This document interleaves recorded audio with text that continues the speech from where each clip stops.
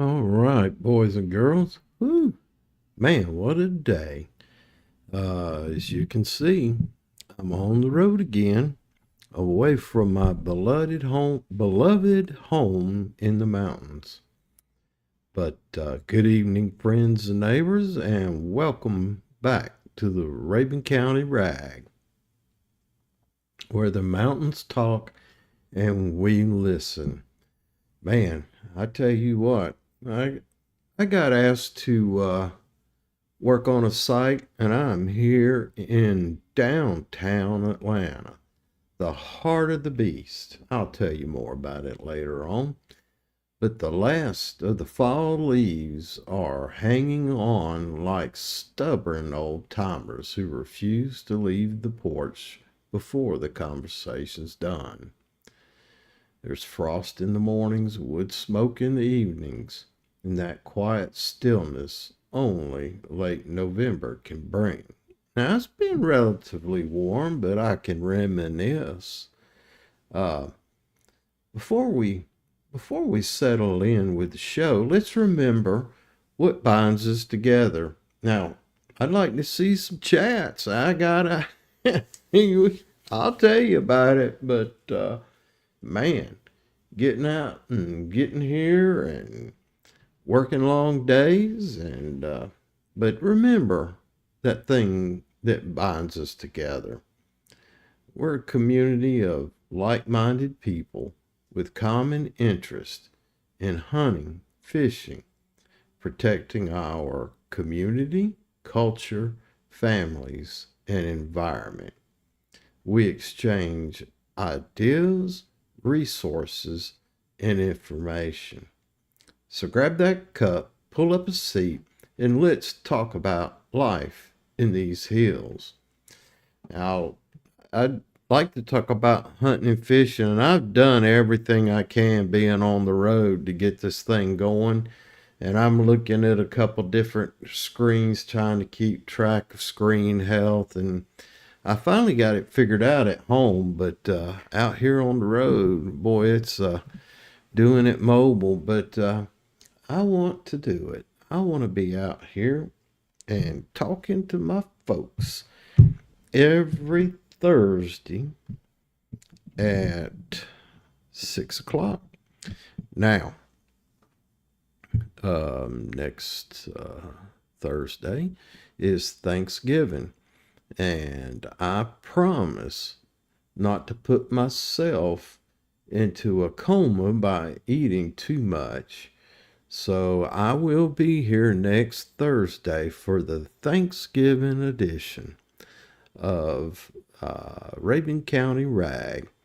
I want to just tell you a little bit where I'm at. This is unbelievable. I am in a high-rise hotel right in downtown Atlanta, just a little ways from the big Ferris wheel. I can look out the window here and see that big old Ferris wheel. And right down the road from the Georgia State University, matter of fact, that's where I'm working. And, they don't even have parking here at this hotel, and it's a high rise. Here are the I got two choices. I can park a quarter mile catty corner from the hotel here, pay $25 a night, and I only get to go in once. Once I go out, they charge me again. Or I can pay $45 a night for valet parking, and I can go in and out all I want.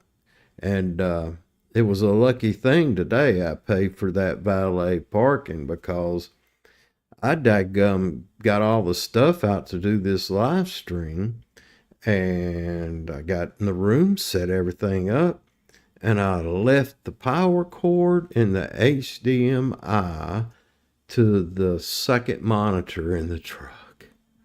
So I had to go get it. I hadn't eaten since yesterday evening, and I was hungry. Boy, I was getting ill. But got sat down about 5 o'clock. I popped a frozen little pizza, 430 calories. Popped it in the oven and got the setting up. The lights were discharged. Y'all let me know how this stream looks. If I need to do anything with the lighting on it.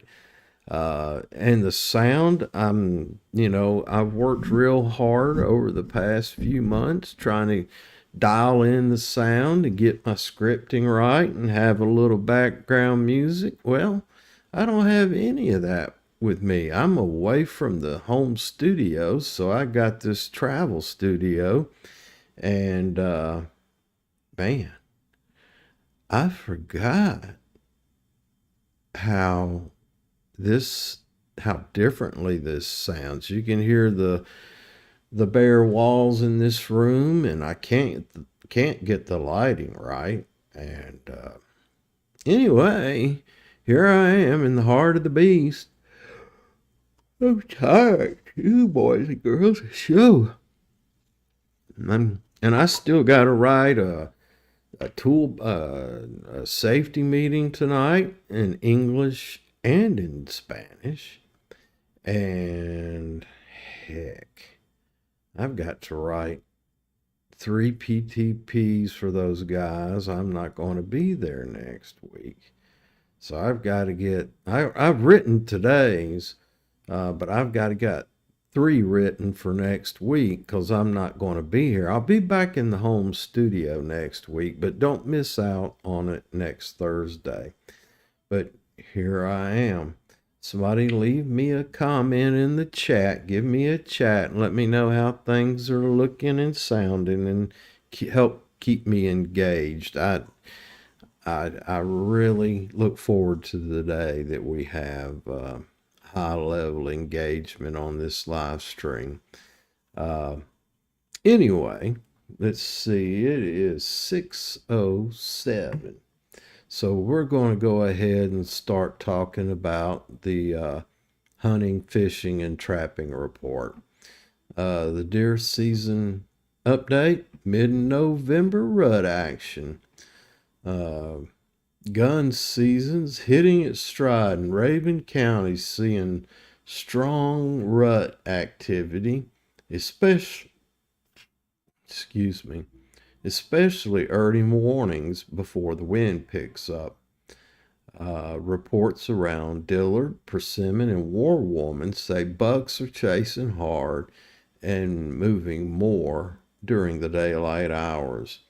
If you're a deer hunter and you're tuning in, let me know. Let me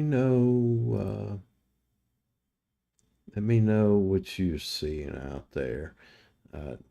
Can't see. I've got this. Anyway, I don't want to know about all this crap. I'm on here. I don't know how well I'm getting out. I don't know if I've got any listeners. I'm just live streaming. I may be very well live streaming into empty space, into the ether. But no, I don't care. Because I'll just keep getting better and better and better. I didn't want to do that. All right, there we go. Now, I don't mean to yell. I'm trying to keep an average voice on this thing, but it's this Yeti, Blue Yeti. Yeah, where was I? Ooh-wee. Oh, excuse me, I'm tired. I'd like to somebody give me a chat and keep me motivated.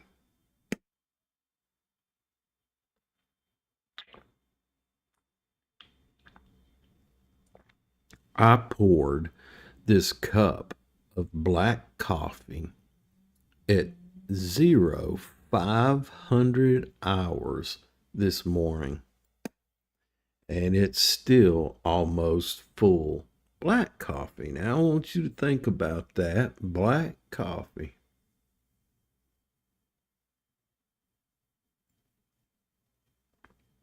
But I got to keep myself moving, so black coffee it is. Uh, Man, I shoved that little old pizza, I guess it's about that bigger. I shoved that thing down, and now I got the belches and the grumbles. I hope I make it through the show. That stuff might hit pretty hard in a minute, mess me up. I have to put on the stand by a minute screen. I mean, I got the countdown timer. I'll show it to you. So normally it'd have sound on it, be playing some music, and because that little bit of equipment I've got there at the house, but I got in such a hurry to get out of there that I have a piece of equipment that I can bring on the road with me and inject some sound in it. But doggone, I left it sitting on the desk. I got two studios at home, and this is the travel studio, and part of it is the office studio. So I have to break down the office anyway, bring the computer with me, and then I've got a bunch of ancillary equipment that I throw in the bag to try and reproduce this on the road. And I understand I'm just rambling right now, right in the middle. I'm supposed to be talking about deer hunting, but stretch it out, and I thought I'd just give you a little bit of information and let you know what I was up against. And it was an effort to get this thing going. But there ain't no effort too big for me not to be with you. I've missed a couple times. When did I miss? Mm, mm. When I went to my nephew's wedding, I missed it the week before. I just don't want to do that. But anyway, here we are. Now, back to the deer hunting. Georgia's statewide harvest is trending 10 to 12% above last year. And Raven County continues to hit solid mid-season numbers.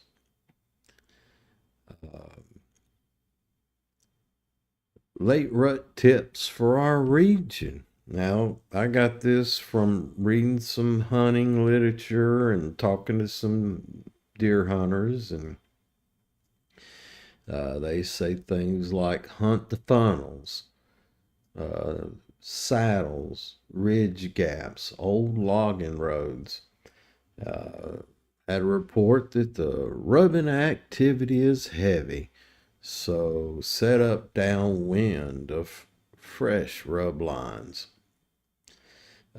Midday movement is real. They say that the bucks cruise between 10 a.m. and 2 p.m. You know what they're looking for. It's either food or one other thing. It's to try to keep this a family show, so we're not going to talk about much of anything other than that. Cold mornings after a warm day, suggested that you be in the woods early. All right. The upcoming deer season, upcoming seasons and dates. The firearm season runs through January 11th. So if you hadn't started, you got a couple months. Let's see if I can get closer to this microphone. I'm trying to, I don't know, I'm in just a funny place. Got 2 or 3 tables, and it's on a narrow desk, but I'm not going to sit too close. If the sound is too bad, it's too bad, and if nobody wants to watch it, that's fine too. But Cold mornings after a warm day. Yeah, be in the woods early. Anyway, the firearm deer season runs through January 11th, as does the bear season for the northern zone. Rabbit season's been open about 5 days. Small game, still plenty of activity in that front. Trapping season's right around the corner. Opens December 1st, and that's for coyote, fox, bobcat, beaver, muskrat, mink, etc. Man, I got that pretty old bobcat out where I live at. I don't see how many people can view that as a menace. Now, I hadn't seen my rabbits around lately, and I hadn't seen my uh, 2 or 3 hens that were paying regular visits, but I guess it's worth it. It's a natural thing. I don't think if the bobcat eats too much of one thing, then they'll quit reproducing over a period of time. I think there's a natural balance to be struck. I believe the only animal that doesn't know that nature doesn't strike a normal balance for is mankind. Uh, you know, you get too many deer, then diseases move in, uh, predators move in, and then as the prey fades due to overhunting or disease, then the number of predators will fall off accordingly. Now, if you're raising chickens and I don't know, I just don't. I could, and that's a pretty old bobcat. He'd look good on a wall somewhere, but he's far more beautiful out there in his natural environment. I wish he'd develop a taste for them darn old squirrels. I got more squirrels.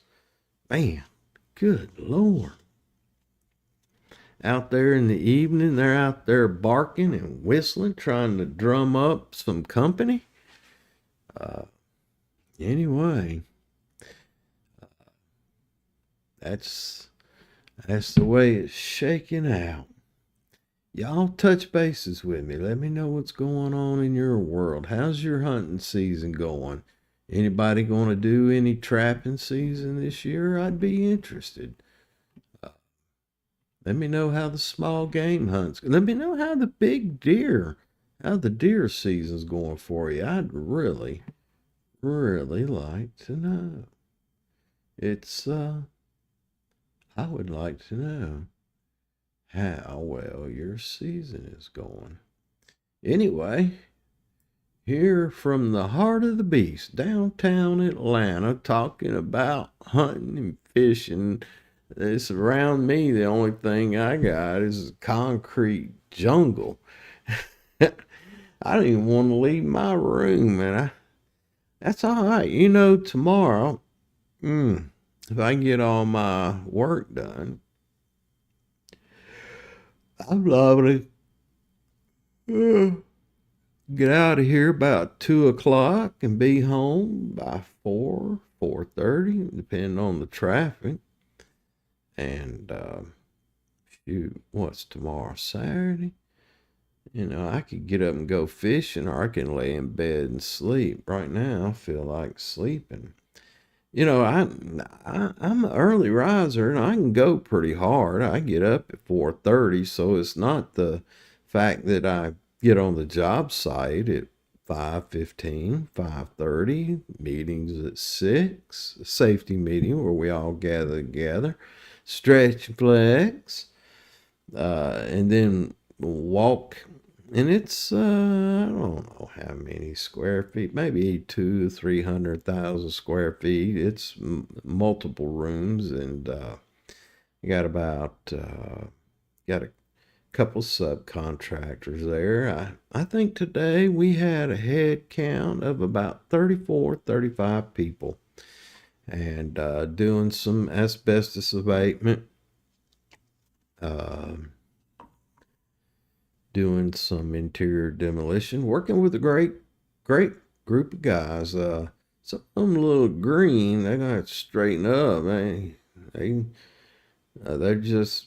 I've been laying out at my expectations now, and I figure by the middle of next week, if there, yeah, if that might be one or two who don't want to rise to my expectations. Now, one subcontractor, the abatement contractor, top notch outfit, and I've worked with him for years, and I know the guy who, how do you say it, brought them to where they are, and he and I are of the like mind.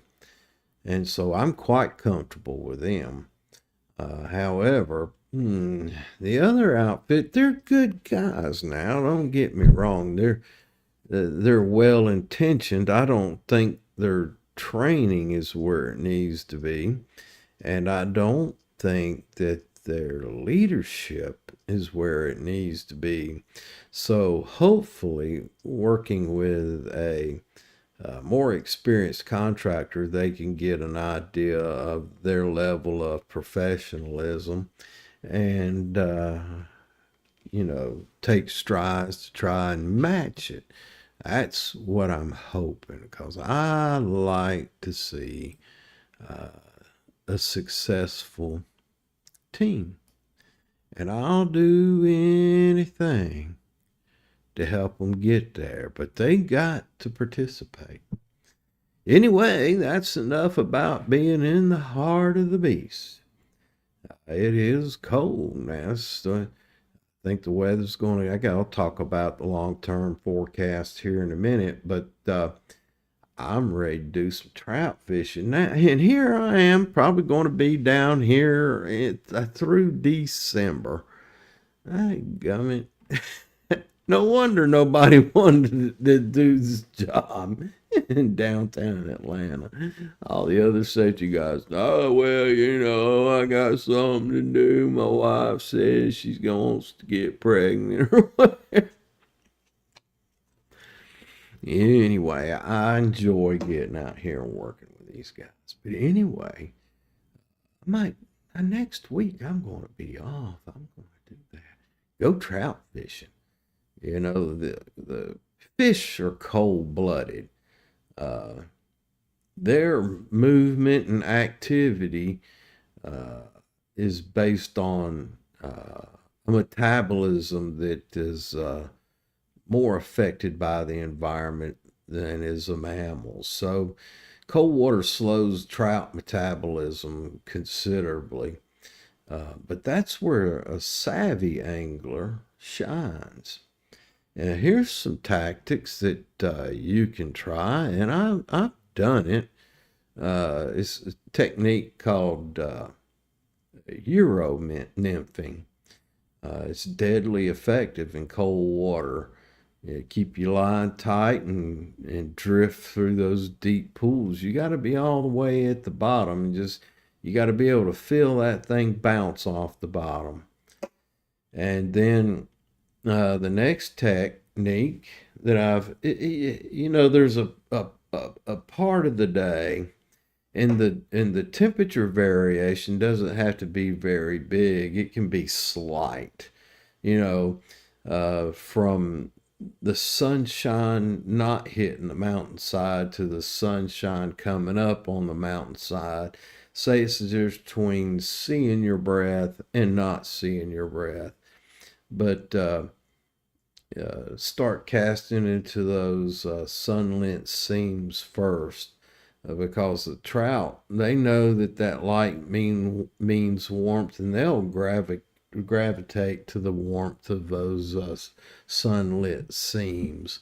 Anyway, that's just one of them. And then jig streamers, I've never done much of that. Now I think the son-in-law does that.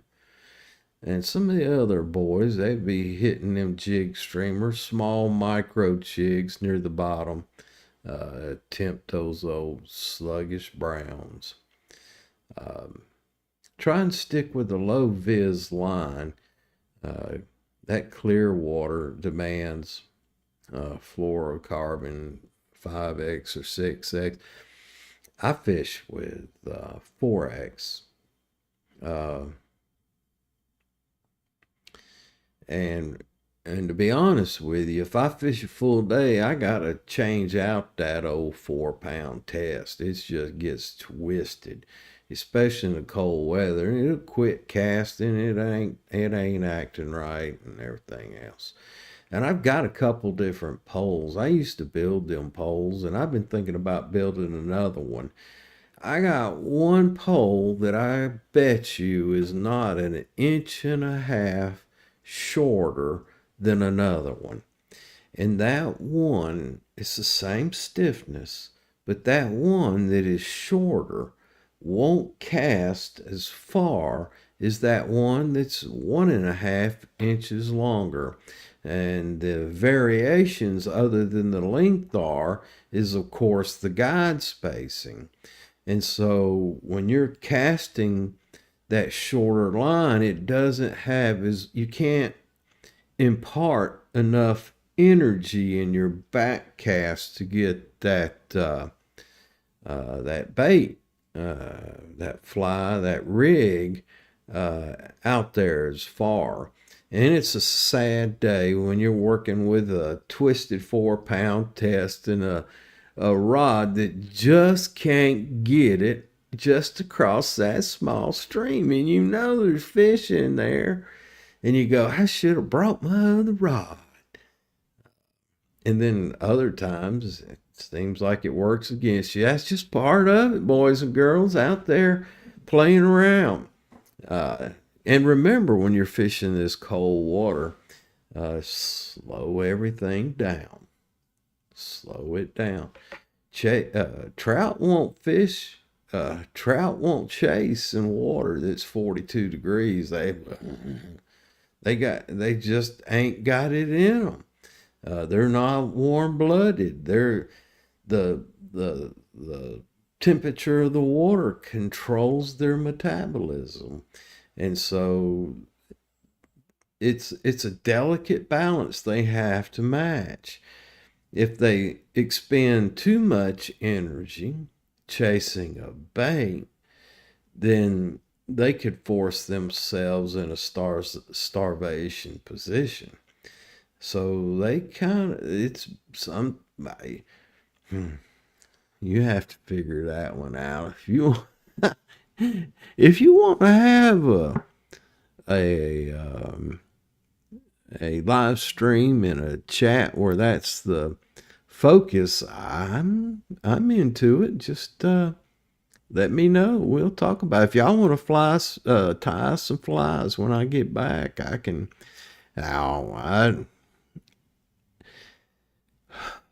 My flies look buggy to a fish. It ain't no artwork like some of these boys you see tying on YouTube, and I admire them greatly. I don't know. I could have the talent to do that, but I am too anxious to go do something else. And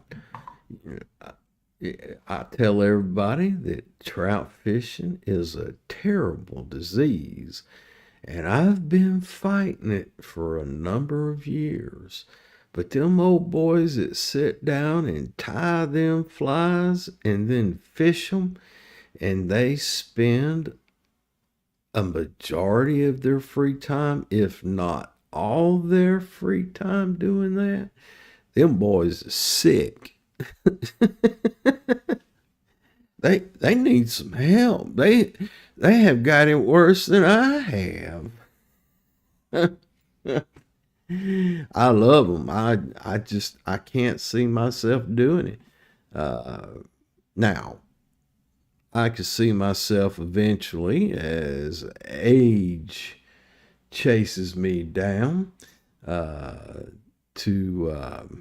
spend more time tying those flies. However, I do understand that once I get the inclination to tie them pretty flies, my body's probably going to say, well, you too old to fish anyway.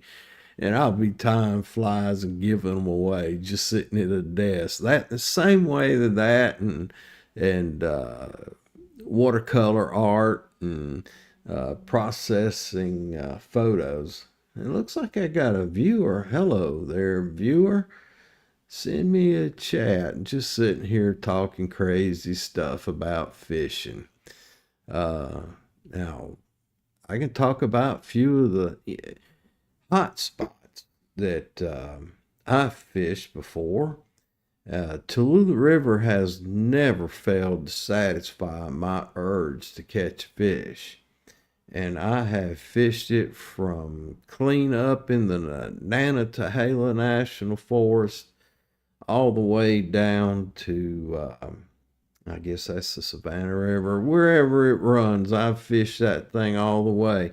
Same with Chattahoochee. I fished it from above Helen all the way till it ran into the Apalachicola and on out into the Gulf. So the Tallulah River has never failed me. Sometimes it's tougher than at other times, but I've always managed something, even if it's some old damn creek chubs. Anyway, and Burton tailwaters, yeah, between what is that, Burton and Lake Seed, I've caught plenty of fish there. Now, Panther Creek, I've never really fished it. I've driven by there a multitude of times and have contemplated it, but it's got lower elevation and warmer water, so I'm not, yeah, I'm just not sure. Maybe one of these days.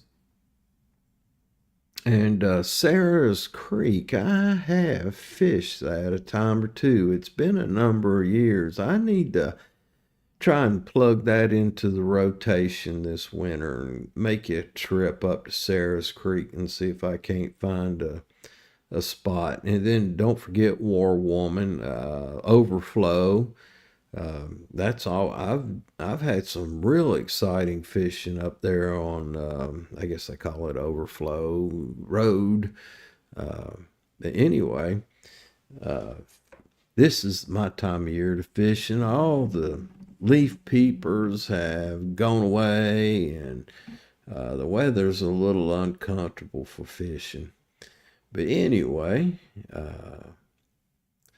that's my story, and I'm sticking to it.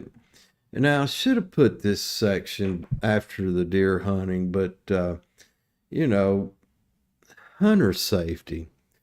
Uh, as a younger man, the guys, I tell you a story.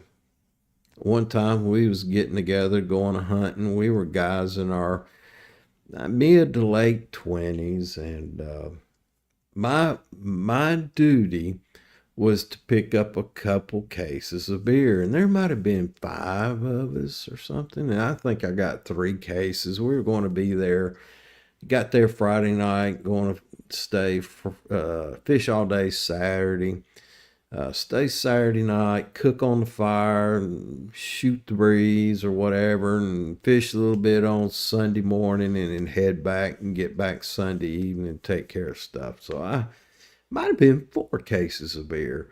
But them old Lance crackers you buy at the Quick Trip or the convenience store, you can buy a little pack of them. I don't know, they got 12 packs of crackers in them, and each pack of crackers got 6 crackers in it. And as an afterthought, I picked up a box of old peanut butter Ritz crackers from Lance and throwed them on top of that stack of beer. I got in the site. Them old boys was ready for a beer. I don't guess they brought enough with them, and I had worked and I had gotten there late. Old boy opened up the back of that pickup and looked at that, and he looked at that pack of crackers, and he says, "What are we going to do with all this food?"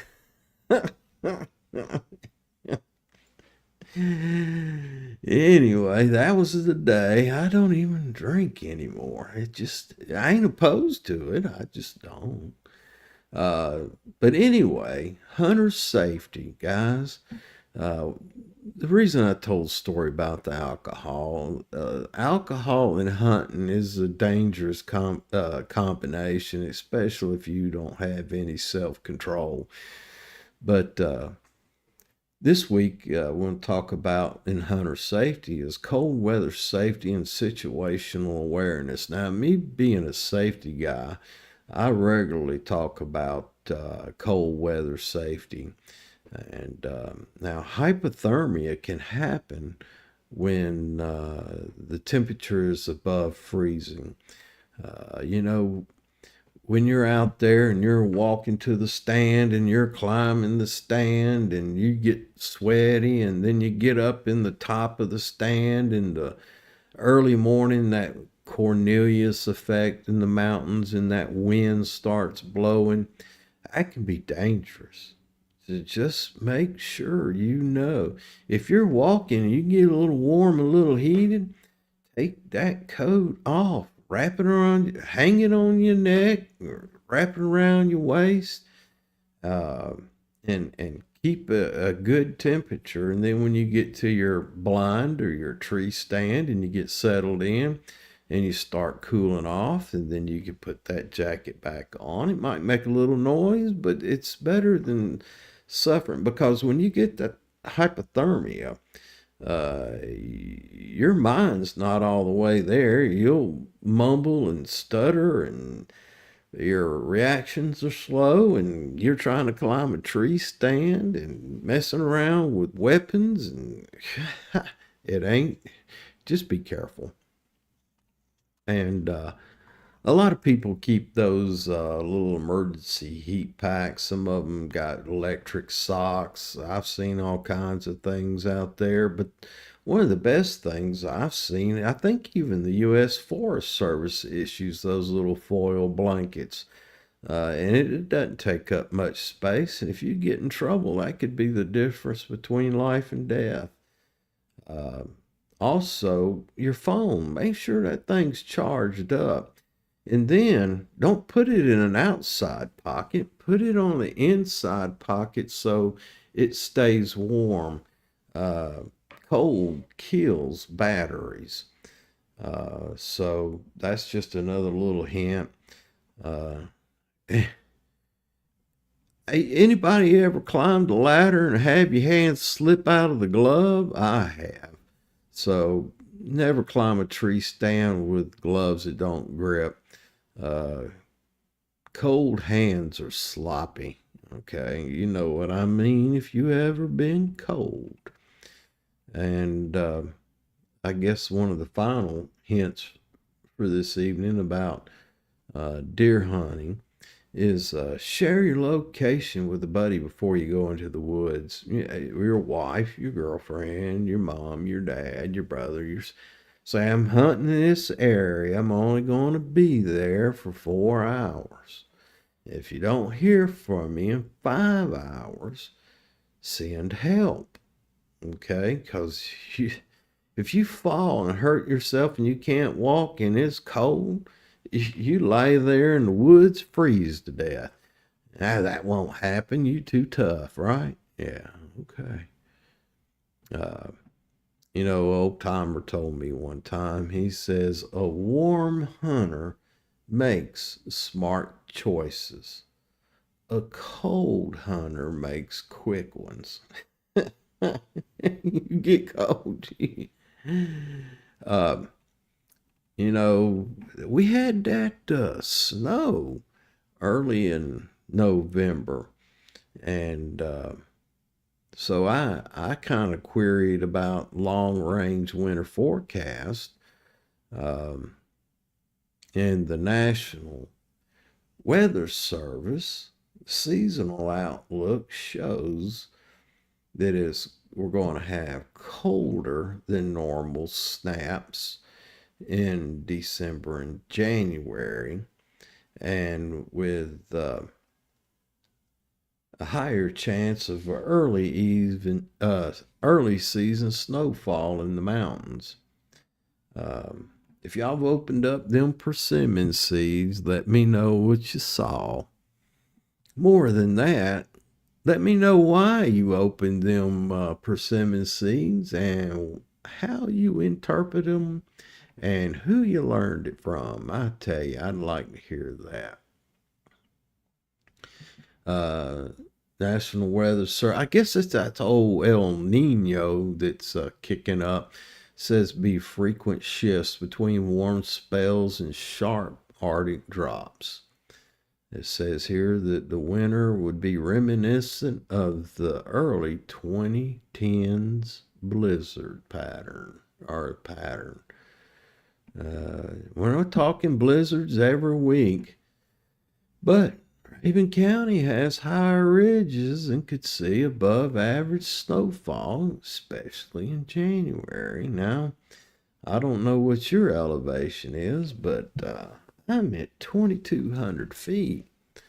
And I think Black Rock over there is at 36. And what's Raven Bald at? Anybody? Y'all refresh my memory. I think it's 3,800 feet.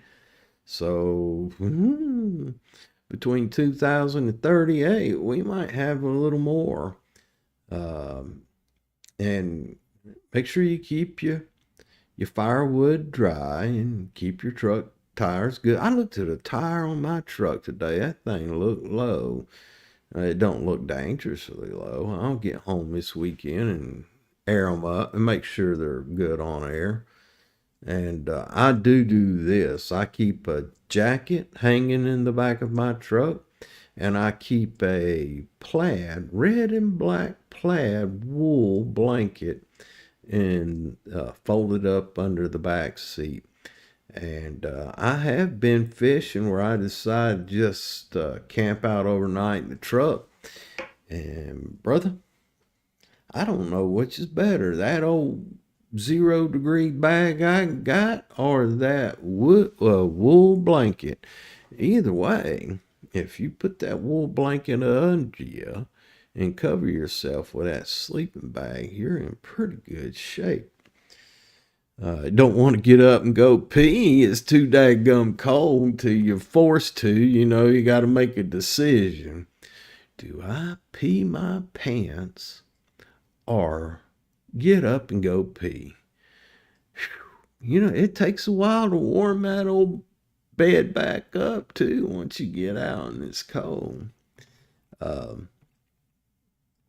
think last week, this is now moving into I always like to talk about Raven County history. I don't know much about it. Some of these older folks do now, and I've seen what's that sheriff's name? Giles, Raven County. He's been doing some cool stuff with history in Raven County, and I appreciate it, Sheriff. Getting out there, going to the Raven County Historical. I think he did a show on the old Tallulah the Tallulah Railroad. Boy, I appreciate him doing that. I think that's a good thing. But last week I talked a little bit about the Civilian Conservation Corps. And that's them old boys from about 1933 to 1942, from the middle of the Depression into the beginning of World War II. And them young men, I think, what'd they say? They made $30 a month, $1 a day. And then they only got to keep $5. The rest of it they sent home to mom and dad, wife and kids.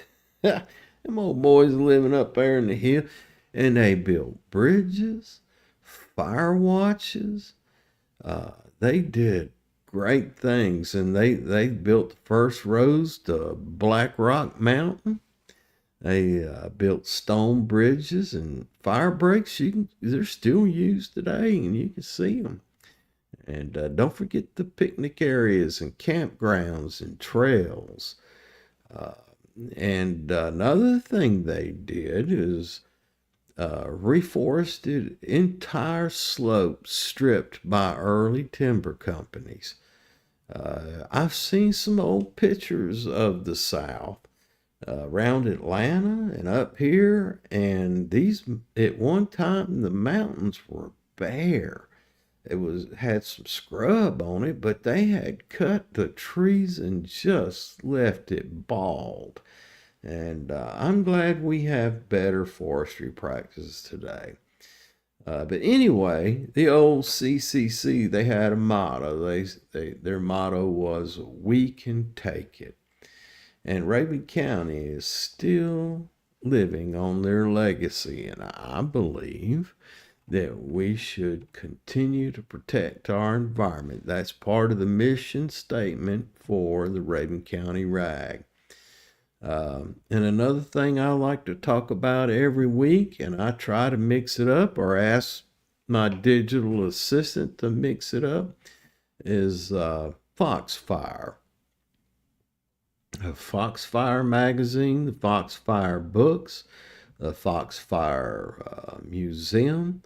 But this week we're going to highlight Foxfire mountain skills demonstrations. It says here that the museum has expanded its outdoor programming for the fall, featuring soap making.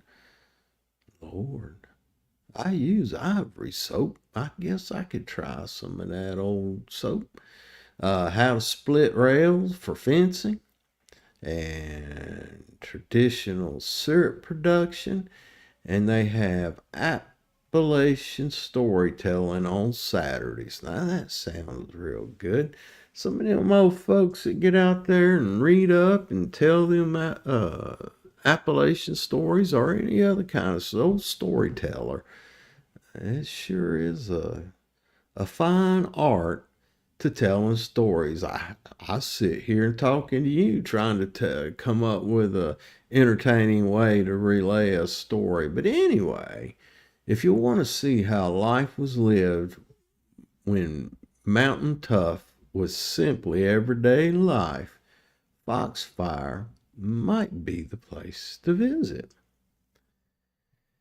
All right. Through my bed. All right. And we got some upcoming stuff. Y'all get ready. Local events. Time is running out between now and Christmas, boys and girls. I need to make some kind of contribution, and I am torn. I'm looking at food banks and Toys for Tots and a couple of other things, and I'm really torn. And of course, churches. So, you guys got some ideas of where you think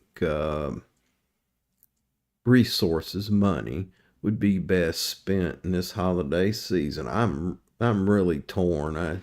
I guess I could just take a lump sum and cut it up and send a little bit to everybody. But if there's I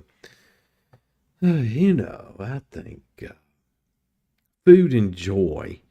Food, you could tell by looking at me that I believe that food and joy go together, especially if it's young children. Man, I can't stand the thought of a baby not being joyful and well fed this season. So keep that in mind. If y'all got a good recommendation for this old miser, y'all let me know. I'd like to do. I just anyway. Thanksgiving meal pre-orders from local churches and restaurants. I've seen that in the newspaper.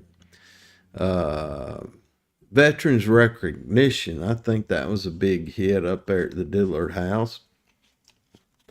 And I didn't do anything about it. Anyway. You got school events and winter sports gearing up. Community Thanksgiving services. Toys for Tots and Angel Tree programs kicking off. I have considered that, Toys for Tots. The biggest thing is that's a national organization. And, man, you read where they spend their money, and when so much of it goes to admin fees, I just kind of I don't know. I don't know. But go to your church. Get involved with your church during this season. Feel the joy of God in your life. Uh, anyway, if you want, we can refine these next week with a manual breakdown. Uh, anyway, we'll get more into it. And if you've got some suggestions, send a chat. I'll any kind of chat, I'll include it in this week's show. If you come on and send a chat, uh, I'll talk about it right now. Even though we've only got a few minutes left now, I maintain a 1 hour time frame because this is a new live stream, and half the time I'm in the home studio, and some of the times I'm traveling, and my skill set, storytelling and talking in front of a camera, maintaining eye contact, keeping it lively, I'm working all that. It's probably not, I don't know how appealing it is. But as time goes by, there's no reason why this couldn't be expanded either into more than just one day or more than just 1 hour or any combination of that. As a matter of fact, I've said it many a time. If there's someone out there who wants to come in and join this and run their own show once a week, I'm not opposed to it. We can make that happen. But anyway, that's where we'll go.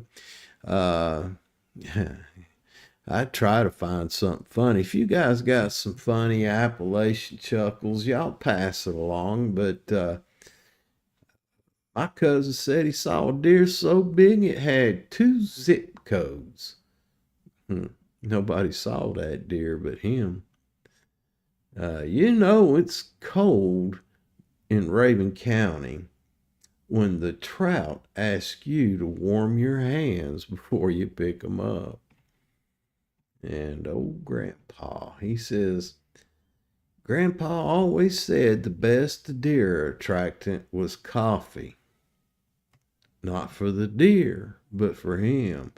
There's been plenty of times I was up in the tree stand, I could smell old boy got cold and headed back to camp and fired up the old grounds and all coffee, and that smell hit me in that tree stand. I got to thinking, man, that coffee smells good. Anyway, I guess we gonna chuckle on here. Got this old boy I heard.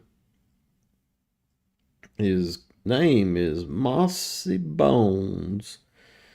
And he's playing a claw hammer banjo, and it's called A Cold Frosty Morning.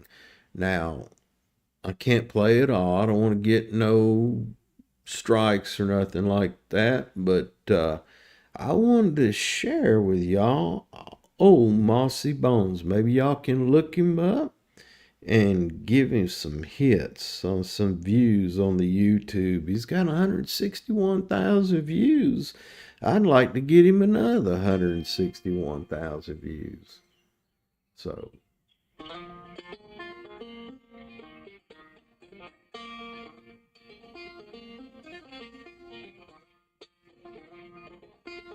I think he's doing a good job.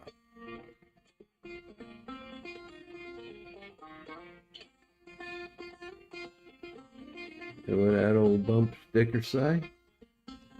Paddle faster. I hear banjo music. Anyway, I can't play no more. Y'all look him up. Mossy Bones on the old YouTube. Sounded like a traditional Appalachian tune to me. All right. Let's see. Shout outs. Raven EMS and Fire for quick response during this week's cold weather accidents. That was back when School teachers and coaches are heading into the holiday season, and all the hunters putting meat in the freezer and practicing good stewardship. And he's an old boy. His name is Fox or something. Like he claims to be a vet, and there's and when I first read him, I was like, man, I don't know about this cat. And so I really never read it. I'd glance through it, and it wouldn't take but a second before I saw something that was some kind of ridiculous thing about something. And I quit reading him. And I noticed in the Clayton Tribune here in the last little while that other folks have noticed it too, and they've been speaking out against him. So, Clayton Tribune, yeah, pay attention to those letters to the editor.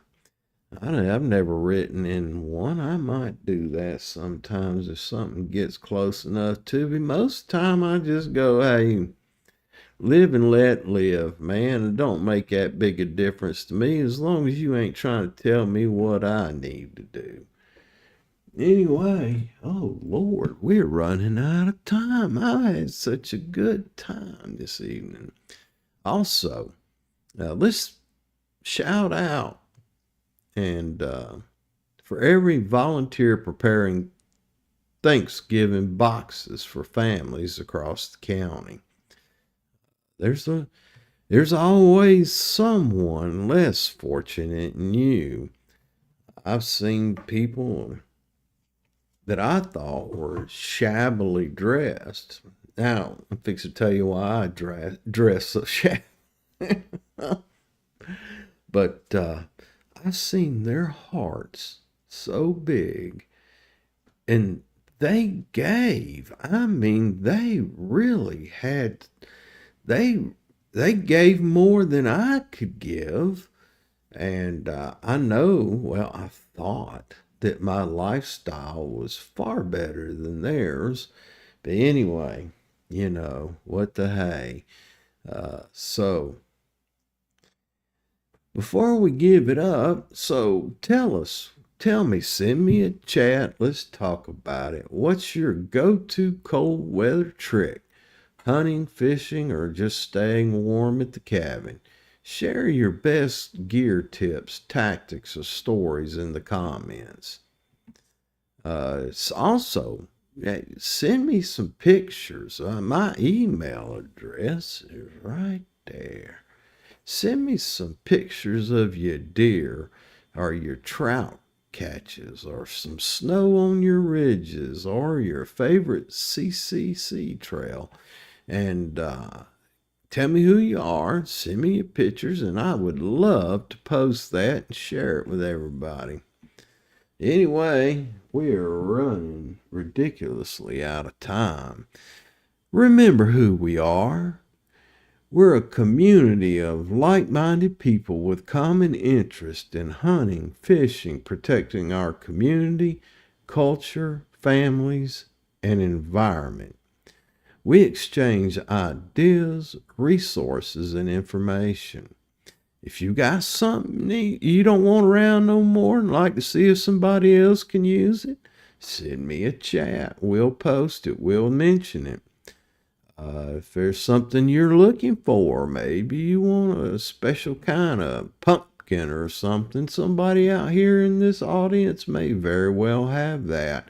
So use it as a resource. Use this live stream as a resource to get something you may be looking for. It'll come up. I found hay mulch. I got a disc from a disc harrow. But anyway, let's wrap this thing up. As the frost settles deeper and winter whispers through the trees, remember the strength of a mountain community isn't in the weather, but it's the people who weather it together. Thank you for sharing another evening here with me at the Raven County Rag.